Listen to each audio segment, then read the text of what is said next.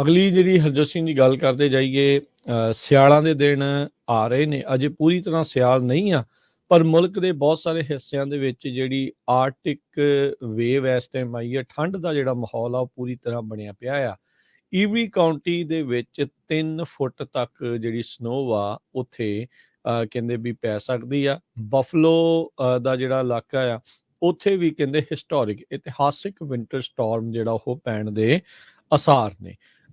ਮੁਲਕ ਦਾ ਬਹੁਤ ਸਾਰਾ ਹਿੱਸਾ ਜਿਹੜਾ ਉਹ ਬਰਫ਼ ਦੇ ਵਿੱਚ ਡੁੱਬਣ ਇੱਕ ਹਿਸਾਬ ਦੇ ਨਾਲ ਜਾ ਰਿਹਾ। ਇੱਥੇ ਕਾਫੀ ਭਾਰੀ ਬਰਫ਼ਬਾਰੀ ਜਿਹੜੀ ਉੱਧਰ ਪਵੇਗੀ। ਸੋ ਜਿਹੜੇ ਲੋਕ ਇਹਨਾਂ ਇਲਾਕਿਆਂ ਦੇ ਵਿੱਚ ਖਾਸ ਕਰਕੇ ਰਹਿ ਰਹੇ ਆ, ਚਾਹੇ ਨਾਰਥ ਦੇ ਸੂਬੇ ਨੇ ਤੇ ਚਾਹੇ ਨਾਰਥ ਈਸਟ ਵਾਲੇ ਜਿਹੜੇ ਸੂਬੇ ਨੇ, ਉੱਥੇ ਭਾਰੀ ਬਰਫ਼ਬਾਰੀ ਜਿਹੜੀ ਉਹ ਪਊਗੀ।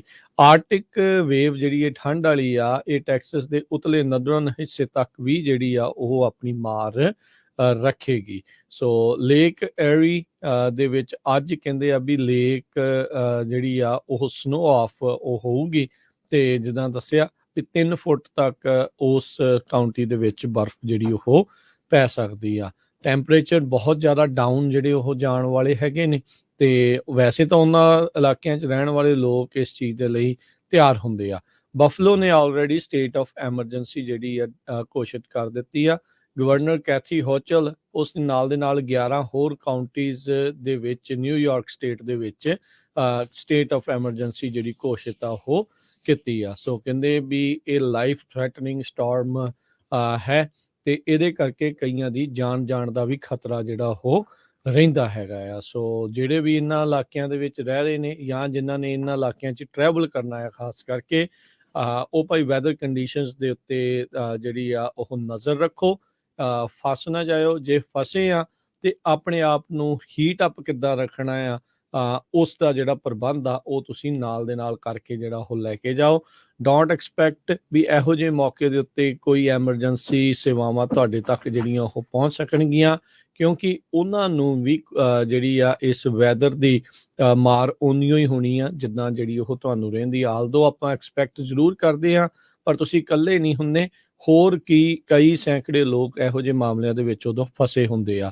ਸੋ ਟਰੈਵਲ ਐਡਵਾਈਜ਼ਰੀਜ਼ ਦੇ ਨਾਲ ਨਾਲ ਸਟੇਟ ਆਫ ਐਮਰਜੈਂਸੀਜ਼ ਇਹਨਾਂ ਇਲਾਕਿਆਂ ਦੇ ਵਿੱਚ ਘੋਸ਼ਿਤ ਕੀਤੀ ਗਈ ਹੈਗੀ ਆ। ਜੀ ਬਿਲਕੁਲ।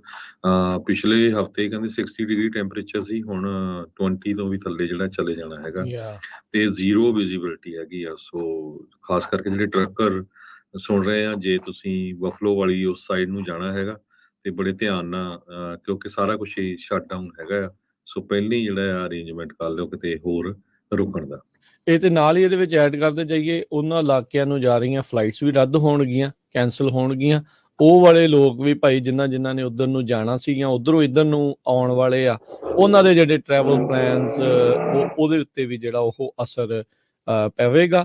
ਸੋ ਉਸ ਚੀਜ਼ ਦੇ ਲਈ ਵੀ ਬੰਦਾ ਜਿਹੜਾ ਉਹ ਤਿਆਰ ਰਵੇ ਵੀ ਕਿੱਦਾਂ ਜਿਹੜਾ ਆ ਉਹ ਉੱਥੇ ਜਿਹੜਾ ਤੁਸੀਂ ਆਪਣਾ ਰੱਖਣਾ ਆ। ਜੇ ਕਿਸੇ ਨੇ ਭਾਈ ਏਅਰਬੀਐਨਬੀ ਵਗੈਰਾ ਕੀਤਾ ਹੋਇਆ ਤੇ ਉਹਨੂੰ ਐਕਸਟੈਂਡ ਕਰਨਾ ਪਊਗਾ, ਜਾਂ ਕਿਤੇ ਕਿਸੇ ਦੇ ਰਿਸ਼ਤੇਦਾਰ ਦੇ ਆ ਤੇ ਉੱਧਰ ਨੂੰ ਜਾਣਾ ਪਊਗਾ। ਸੋ ਮੇਕ ਸ਼ੋਰ ਕਰ ਲਿਓ ਵੀ ਭਾਈ ਫਸਿਓ ਨਾ। ਕਈ ਵਾਰੀ ਬੱਚੇ ਹੁੰਦੇ ਆ, ਬਜ਼ੁਰਗ ਹੁੰਦੇ ਆ ਨਾਲ, ਤੇ ਇੰਨੀ ਠੰਡ ਜਿਹੜੀ ਝੱਲਣੀ ਆ ਬਹੁਤ ਔਖੀ ਜਿਹੜੀ ਉਹ ਬਣ ਜਾਂਦੀ। ਖਾਸ ਕਰਕੇ ਉਦੋਂ ਜਦੋਂ ਤੁਸੀਂ ਟੈਂਪਰੇਚਰ ਜਦੋਂ ਅਚਨਚੇਤੀ ਇੰਨਾ ਡਿੱਗਦਾ, ਬੰਦੇ ਦੀ ਤਿਆਰੀ ਨਹੀਂ ਹੋਈ ਹੁੰਦੀ ਵੀ ਉੱਦਾਂ ਦੇ ਗਰਮ ਕੱਪੜੇ ਉਹਨਾਂ ਦੇ ਕੋਲ